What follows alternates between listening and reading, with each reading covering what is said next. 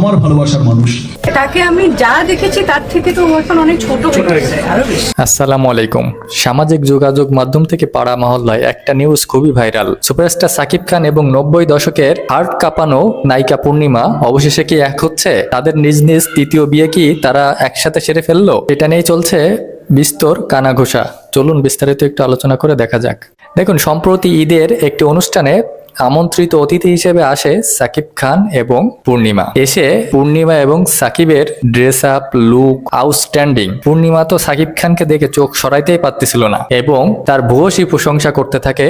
তখন পূর্ণিমা তার look hair style দুর্দান্ত এবং এক ফাঁকে তিনি বলেই বসে, এই সাকিবকে যদি আমি 1 দশক আগে চিনতাম তাহলে হয়তো কখনোই হাত ছাড়তাম না। এই কথার পর থেকেই নেট দুনিয়ায় এবং সমস্ত জায়গায় একটা জিনিসই ভাইরাল, যে পূর্ণিমা কি তৃতীয় বিয়ে করতে যাচ্ছে এবং সাকিব খানও কি তৃতীয় বিয়ের দ্বার প্রান্তে। দেখুন, এর আগে সাকিব খান আমরা জানি যে 2টা বিয়ে করেছেন, অপু বিশ্বাস এবং বুবলিকে, এবং অপু বিশ্বাসের ঘরে একটা ছেলে এবং বুবলির ঘরে একটা ছেলেও কিছুদিন আগে একটা মেয়ে জন্ম হয়েছে। এবং বিপরীত দিকে পূর্ণিমারও এর আগে কিন্তু 2টা বিয়ে, এবং প্রথম ঘরে তার একটি মেয়ে সন্তান রয়েছে এবং দ্বিতীয় ঘরে কোনো সন্তান নাই। এবং পূর্ণিমার দ্বিতীয় সংসারটাও যে ভালো নেই সেটা মাঝে মধ্যে কান পাতলে শোনা যায়। পূর্ণিমা তৃতীয় বিয়ের ইঙ্গিত দিয়েছে বেশ আগে থেকেই। সাকিব খান তো তাদের ছেলে মেয়ে বউ সবাইকে নিয়ে ভালোই আছে, যতটুকু মিডিয়া পাড়ায় শোনা যায়। তবে এই মুহূর্তে পুরোটাই উল্টে যাচ্ছে পাশার দান। তবে আবার অন্য নিউজও সামনে এসেছে, সেটা হচ্ছে সাকিব খান এবং পূর্ণিমা আবারও একটি সিনেমায় নাম লেখাতে যাচ্ছেন। সিনেমার কোনো কিছুই এখনো ফাইনাল নয়, তবে এই জুটি আবারও দেখা যাবে পর্দায় বলে অনেকেই ধারণা করছেন এবং মোটামুটি একটা ধারণা পাওয়া গিয়েছে যে এই জুটি আবারও পর্দায় ফিরছে।